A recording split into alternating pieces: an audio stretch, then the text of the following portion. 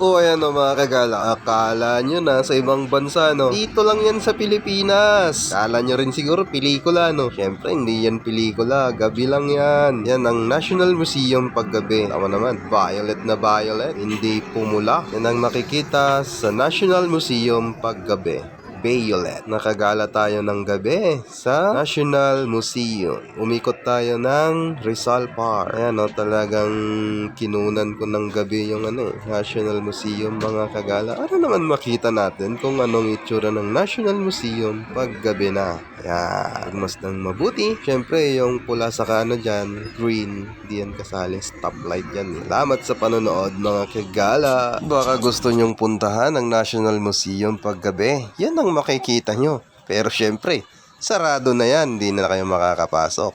Sa umaga lang pwedeng pumunta at libre ang entrance fee. Kung estudyante, pwede. Pakita mo lang din yung ID. Makakapasok ka na. Ano pang iniintay nyo? Puntahan nyo na mga kagala.